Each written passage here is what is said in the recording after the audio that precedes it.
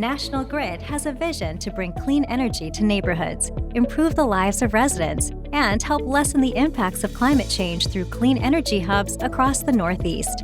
One clean energy hub already in progress is on Long Island, where we are generating clean energy through solar, developing offshore wind in the New York Bight, exploring repurposing our power plants to run on clean hydrogen, deploying battery energy storage systems, and upgrading the transmission network. With renewable energy sources and new technologies working together, the region can drastically cut emissions and become an environmental haven for residents. National Grid is creating a cleaner, fossil-free tomorrow, not only on Long Island, but throughout the Northeast. Great video. Thank you so much for everyone sticking around for our panel now. And joining me now is Will Hazelip, who is the president of National Grid Ventures US Northeast. Will, welcome to the NEST Summit. Thank you, Bonnie. Great to be here. It was a really interesting presentation. I was wondering if you could tell us a little bit more about this endeavor and what you're working on now. Yeah, certainly. So our vision for the Northeast US really centers on laying out a path to transform the energy system from one that has a backbone of fossil fuels to one that has a backbone of renewable energy. So what does that mean? That means a lot of clean energy produced from things like offshore wind and solar. It means modernized and expanded electric transmission to move all the electricity around. It means new clean fuel from hydrogen and ways to store that fuel, as well as battery energy storage. And that's what we really need to be able to transform the energy system. Well, we just heard about the renewable Ravenswood announcement a few weeks ago, converting one of their power plants to cleaner fuels. Can you talk about the transition that you're working on specifically on Long Island?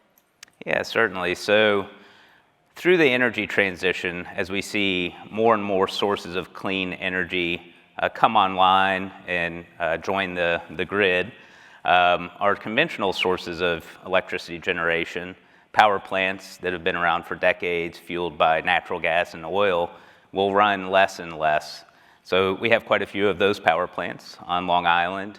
And as we project out over the next decade, we see them running from about 30 or 40% of the year down to about 5% as those sources come online. But it doesn't stop there. We actually have to build new sources of electric generating capacity that run off of clean fuel. The power we'll get from the sun and the wind is great, but it's not always there. So we have to have what we call a dispatchable form of electric generation. And so we've been working hard for the last year or so on understanding how we can do that. And we believe hydrogen is the key. So that's our vision for our generating plants on Long Island. Now, for customers, how will this be in terms of it being seamless? And do you believe that you can meet the growing demand of the customers? Yeah, well, I would say it's just we have to. It has to be seamless, and we also have to meet demand. So, as a utility, our number one priority is providing reliable service, safe service, and it has to be affordable as well as clean. So we will have to do that. And that's really what we spend a lot of time, thinking about, modeling, understanding. That's why we're thinking about 2030 today. Well, in the video that we just watched, you touched on hydrogen, and you just mentioned it as well. So it keeps coming up in the climate conversation. Bill Gates refers to it as the Swiss Army knife for cutting emissions. So what do you envision hydrogen's role in the Northeast, and how will you be responsible for the Northeast adapting this technology? Yeah, so hydrogen is so important because, Swiss Army knife is a good way to refer to it. I refer to it as the missing link. So, it's quite clear how we can transform the electric system for the most part. But to put it in perspective, New York only gets 20% of its energy from electricity. So even if we convert the entire electric system to renewables, we still have 80% of energy use that has to come from somewhere. Right. And we really need a clean fuel, and that's why hydrogen is so important, and that's why Bill Gates calls it a Swiss Army knife, because it can fulfill all those different uses. So we're looking at hydrogen. I mentioned using it as a fuel for power plants, conventional power plants, and that will absolutely be necessary. We're also looking at blending hydrogen into the gas distribution network as a way to remove fossil gas from the system. We'll be able to provide 100% hydrogen to commercial and industrial areas so that those industries can get off of fossil fuel as well. And then more work to do in this area, but eventually, hydrogen will be the basis to create other types of clean fuels that can go into airplanes.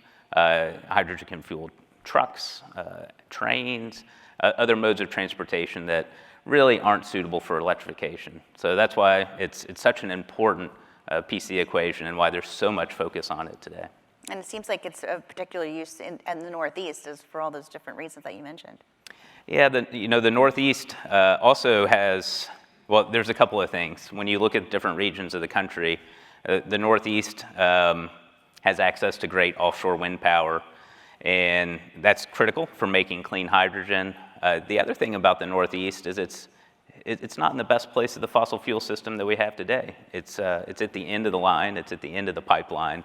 And so actually using hydrogen instead of fossil fuel will help with reliability and stability of energy prices in this region.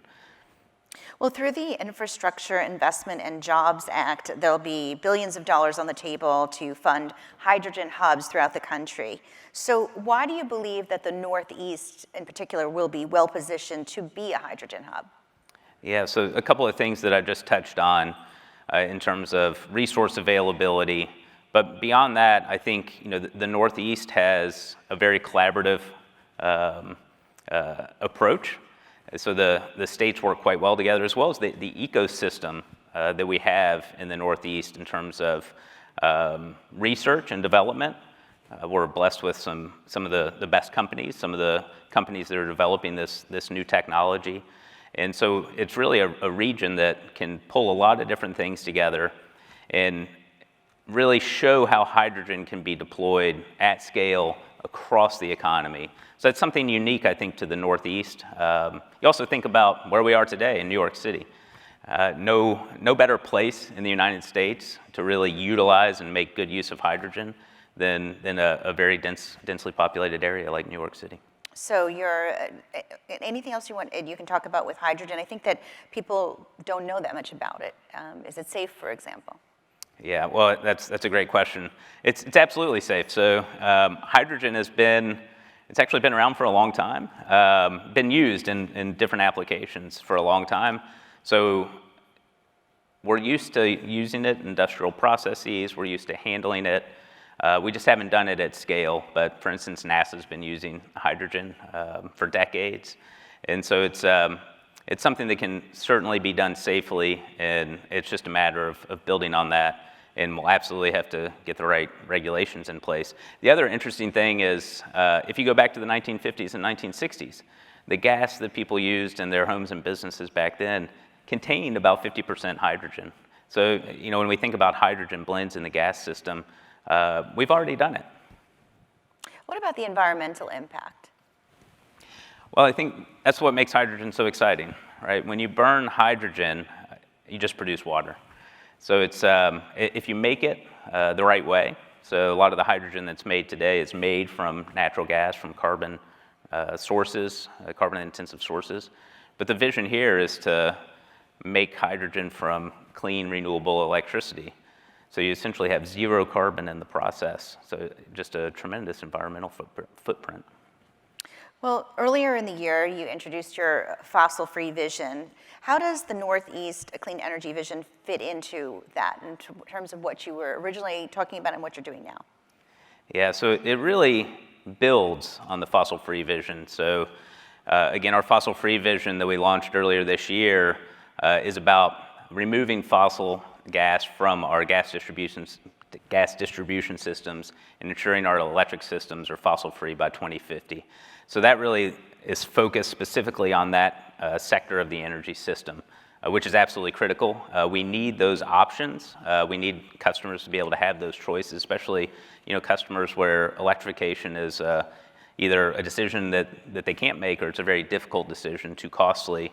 we absolutely have to have that option. We will see a lot of electrification of uses today, that things that use gas. We'll see a lot of electrification there, but we really need to maintain that option for customers.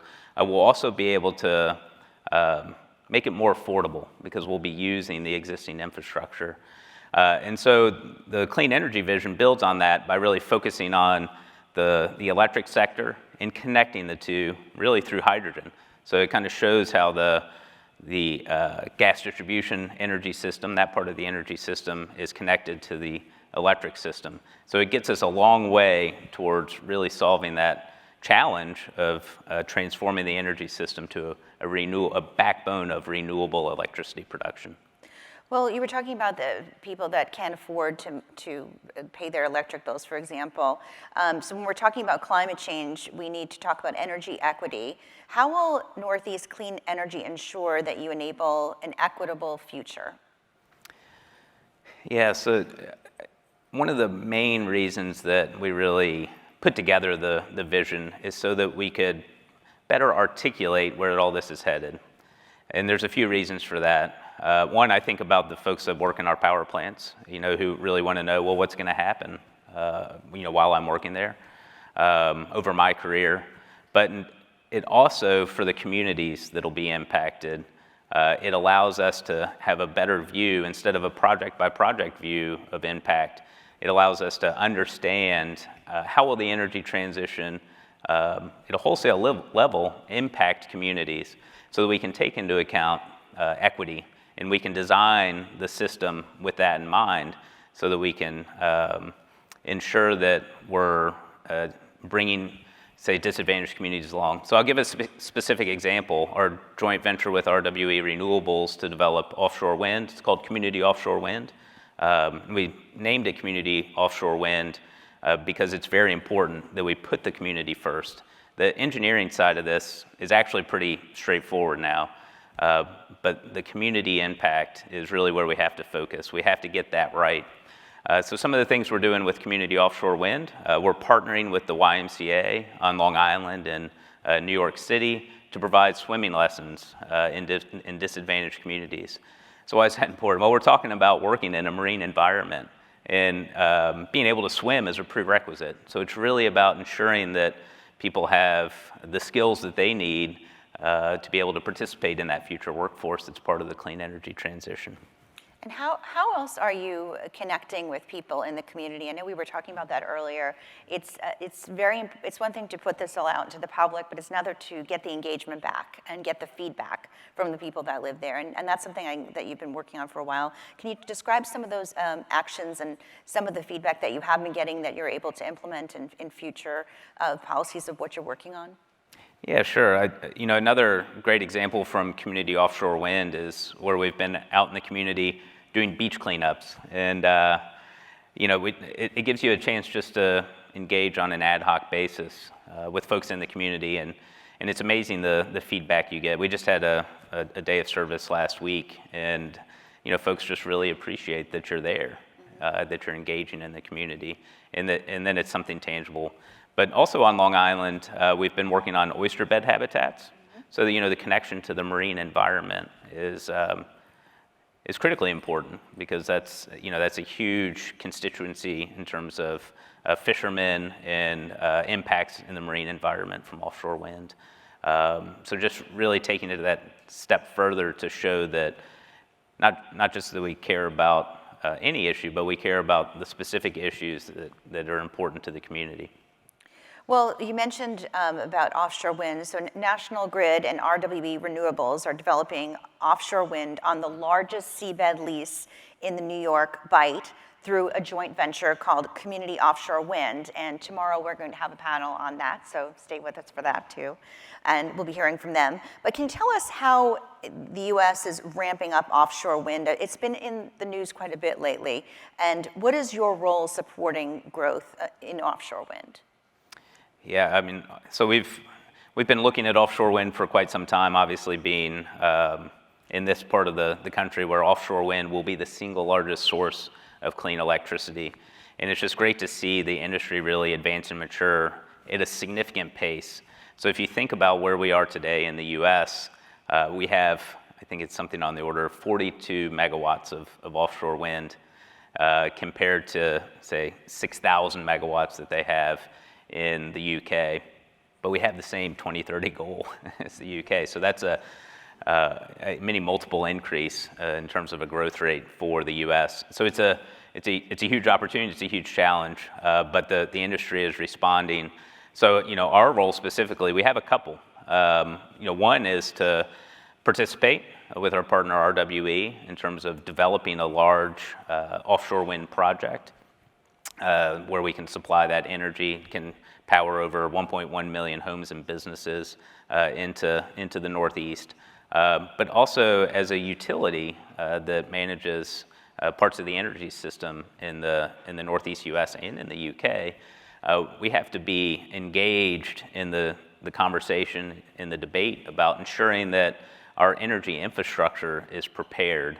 And so we talk a lot about planning for the electric grid, whether it's in New York or whether it's in New England or the UK, and looking forward to make sure that the transmission system on land is capable of plugging in all this offshore wind.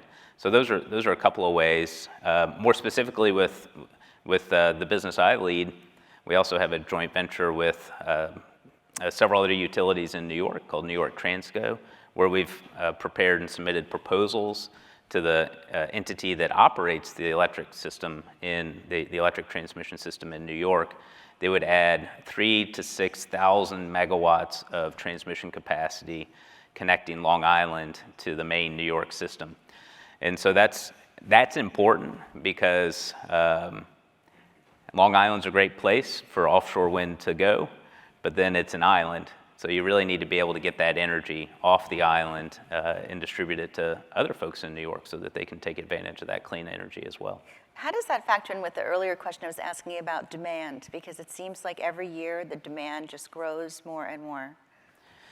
Yeah, it's a great question. And with electrification, we will see a lot more use of the electric system. And so it's kind of a daunting challenge for the industry, to be honest. We are looking at quite a bit of growth in the electric generating capacity to meet these goals, 2 to 3 times the amount of conventional generation that exists today by, say, 2040 in the Northeast US. But we can absolutely meet demand. I will say the critical piece is the ability to produce electricity at the times when renewables are not there. And that won't be often, it won't be often, but people like to have electricity all the time. So we will have to solve that challenge, which is very doable because, quite frankly, that's just the electric system. We have to solve that same challenge for the rest of the economy. So that's where the two are very interlinked. As a meteorologist, I can't help but ask you this. Through the years, we've had hurricanes hit Long Island, we have nor'easters, all sorts of storms, and just recently we had a very strong tropical storm.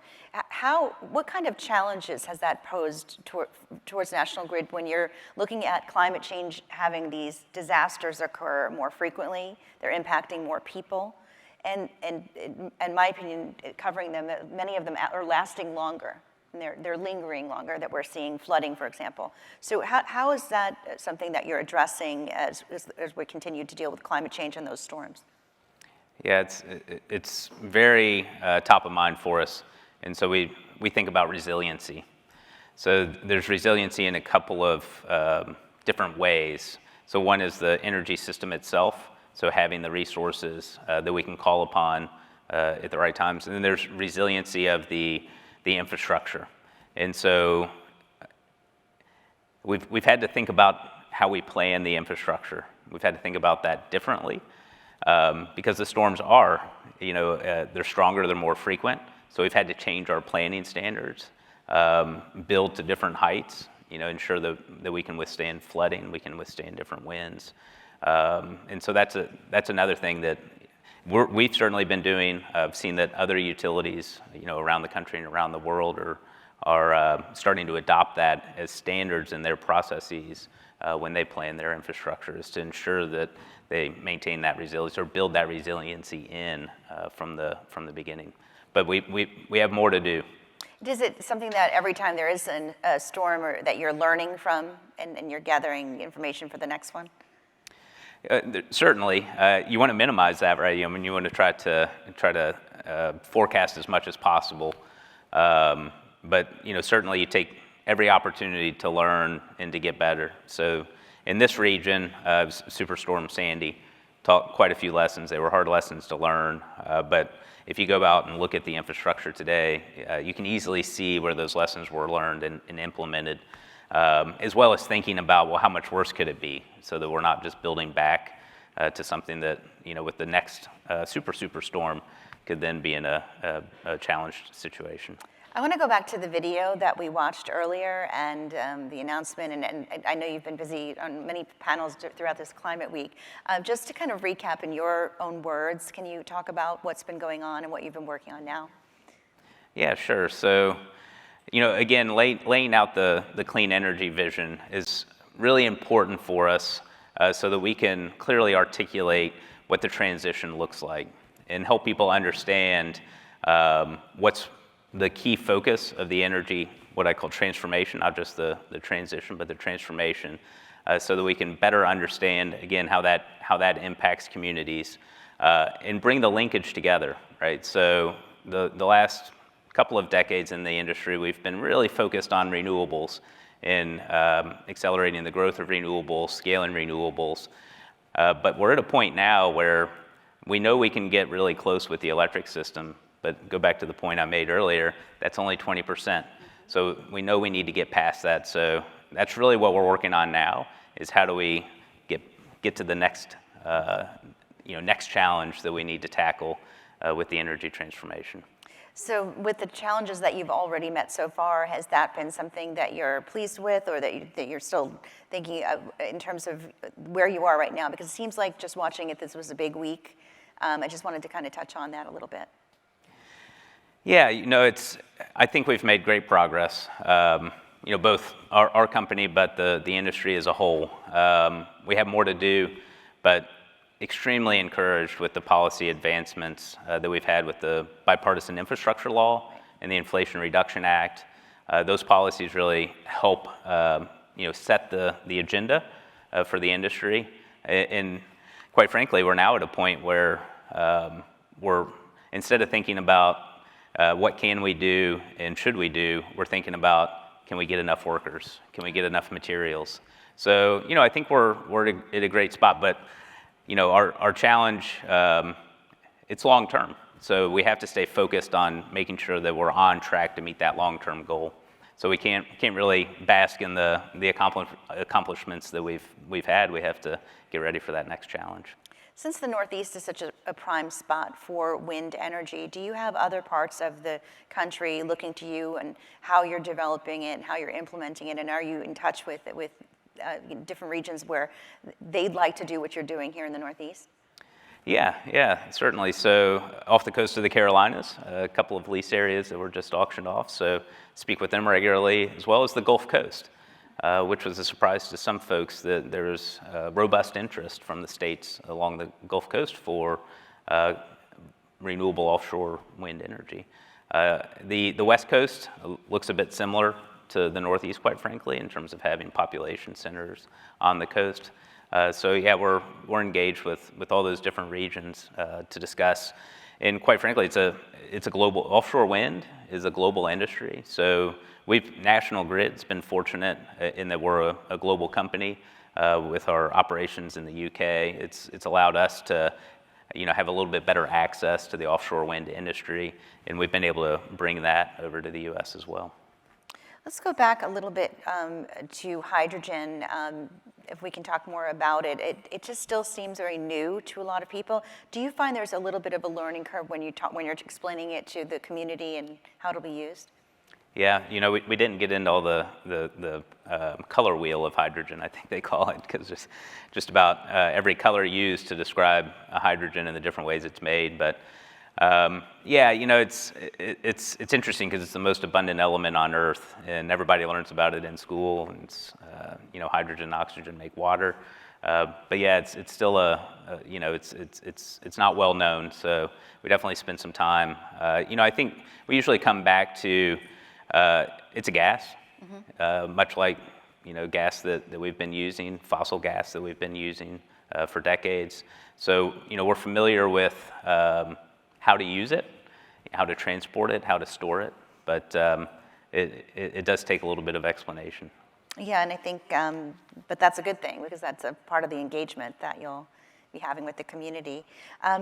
What would you say is the one clean energy technology that the Northeast needs to focus on and develop more than any other? Yeah, so this is going to sound extremely boring. It's actually storage, and it's storage of hydrogen. So while we know a lot about it, it's different enough from the gas that we've been working with that's the critical piece. So we're really focused on trying to figure out the best ways to store large amounts of hydrogen. What would be a comparison if you were looking to store hydrogen versus another element? Can you explain that?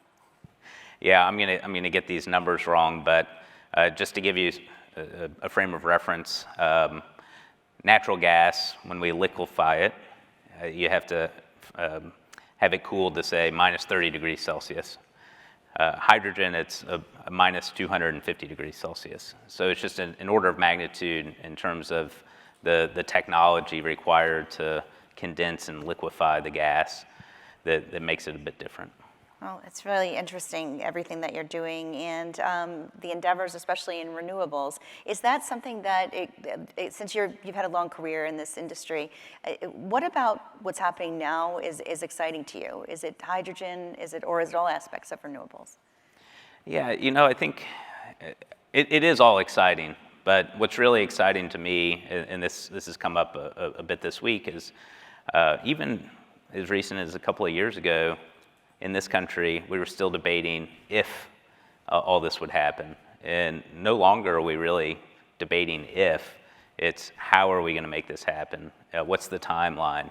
But it really feels like the industry and the society as a whole have recognized the benefits of the clean energy transition, not just for climate change, which is absolutely critical, but for communities and to create a more sustainable society.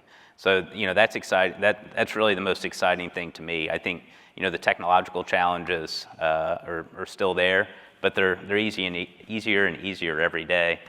So the other thing that I spend a lot of time thinking about is the community aspects. How do we do this in the right way? Because we've got such a great opportunity to learn from mistakes that were made in the past, and we have an opportunity to really get it right this time and make some, just tremendous progress for communities and society as a whole. And that's something that you're doing on Long Island. You mentioned some of the ways you're engaging in the community. Is there anything that's coming up or that you're thinking about that you think that this could really be something of interest to the community to get more interaction with them? Yeah, it's a great question, and it's actually a tough challenge because we've been, especially in the United States, we've been spoiled with our access to energy. It's been easy, and a lot of people just don't think about it. Right. And not that we really not that we have to change that, but I do think if people understood the opportunity we had with changing the energy system and the impact we could have on communities, they would want to be more engaged with energy. And going also, we were talking a little bit about the New York Bight and that area that's well offshore. I think that's also kind of a misnomer where people don't realize how far offshore some of this is. Can you talk about that region and why this large seabed is so important for the project that you're doing? Yeah, certainly. So in terms of distance, the area we'll be developing is 65 miles from the coast of Long Island and 50 miles from the coast of New Jersey. So you will not be able to see the wind turbines unless you fly over them. You cannot see them from shore. In more technical terms, the wind is really good. and the seabed is still relatively shallow, even that far off. So the technology we have today is perfect to deploy out there. Turbines are getting bigger and bigger, far enough off that folks can't see them. So it's really a great spot for us to and develop. It was very much in demand to get Yeah, to get access to. it was quite a competitive auction back in February, and so the federal government runs an auction to lease off these areas, and as I said, it was quite competitive. And really, what that demonstrates is the strength of the commitments that the states in this region have made to the energy transition into offshore wind specifically. That clarity about the future of the market is absolutely imperative for businesses to make the kind of investments that they're making here. Well, being that it's Climate Week and there's so many events like this Nest Summit that we're here talking about the climate, why was it important for you to be part of Climate Week in particular?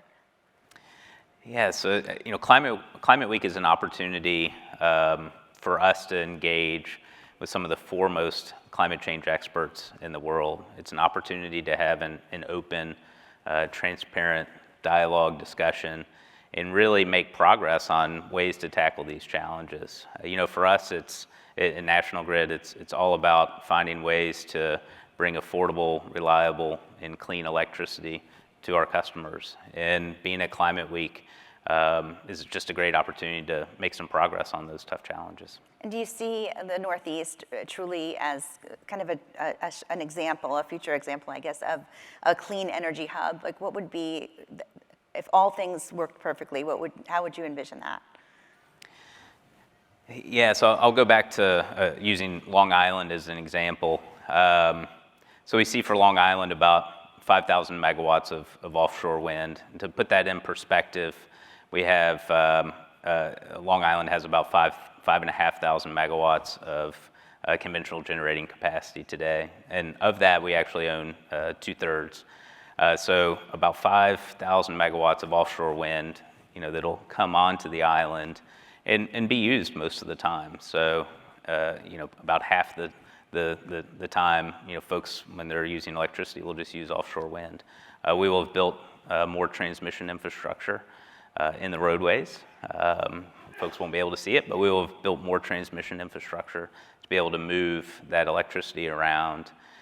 We will have converted a number of our generating plants to run off of clean hydrogen, where we're storing that in tanks, and where we have pipelines to supply hydrogen from other areas of production around the region and other places that we can store it in larger quantities.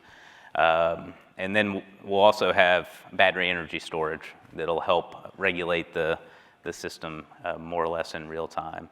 But I think those are the components of the energy vision that we've laid out. That hydrogen infrastructure that I described will also tie into the gas distribution infrastructure that we have today. So we'll be able to bring that hydrogen into that system as well and help supply customers that are using that as a fuel. Since we have a little more time, can you talk about how you're going to implement the hydrogen into that system?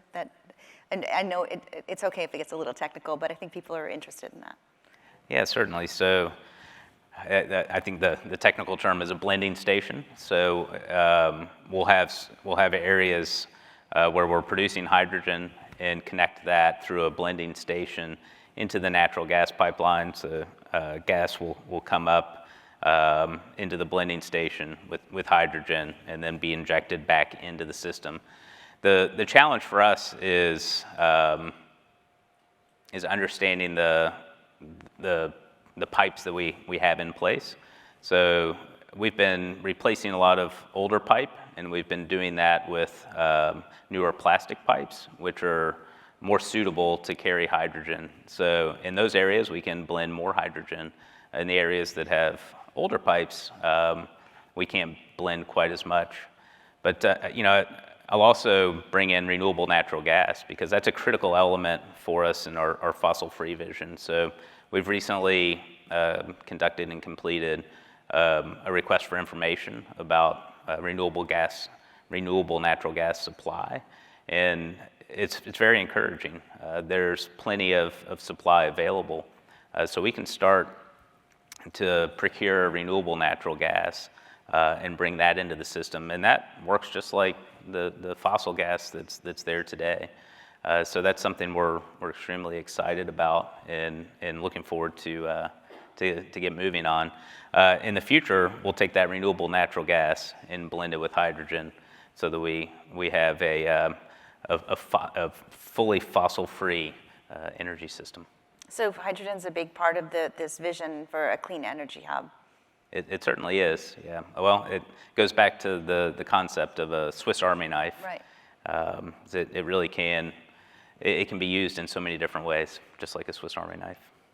That's great. So when the offshore wind project that you're working on, is it something that people will, as they learn more about it, do you think they'll be surprised about how much energy can be ascertained from the ocean through wind? Yeah, I think yes and no. I think a lot of folks will be surprised that offshore wind can really contribute as much as it can. I think the folks that have been in the industry obviously have been focused on that. The next frontier for offshore wind is going even further out into the ocean, and so that's a technological advancement that the industry is working on primarily in Europe. It's called floating offshore wind, and so we absolutely will need floating offshore wind in this region for the Northeast as a whole to be able to meet its climate goals and clean energy needs.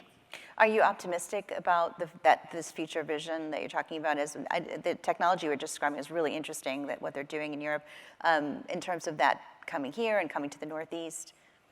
How do you see that going forward in terms of if we're getting closer to that vision? The announcement this week certainly is encouraging, but what else do you see coming? Yeah, I think that technology certainly, a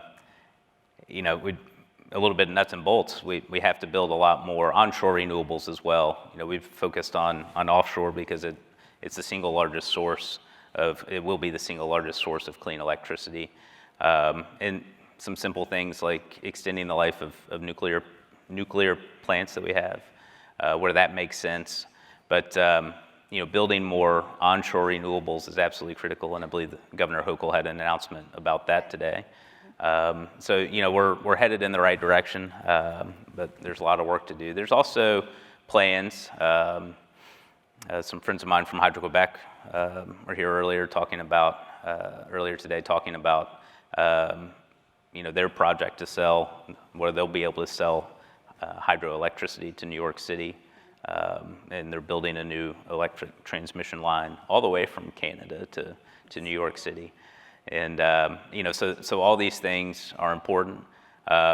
We tend to focus a lot on the wholesale or large scale side, but there's been a lot of great advancements in distributed energy and distributed energy management systems. So all these things are critical. But I think one of the areas that we'll really need to focus is more on the demand for clean fuel. So we've made a lot of progress in terms of vehicle electrification.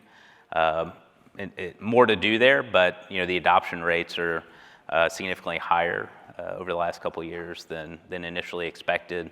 And so that trend is, expected to continue. All the companies are busy working on the infrastructure necessary to support electric vehicle charging. But then we have these other needs for clean fuel. So we mentioned some of them: trains, long haul trucking, shipping, and aviation. And so that's those are areas. A lot of work's going on, but it's still early days, so it'll be exciting to watch those areas unfold. Absolutely, and it seems like the Northeast affected, as you mentioned, by all these sectors. So really fascinating stuff. I'm glad we got to see the video, and I'm very pleased that we had the opportunity to speak with you, Will. Thank you so much, and thank you for joining the NEST Summit today. Bonnie, thanks a lot. Thank you.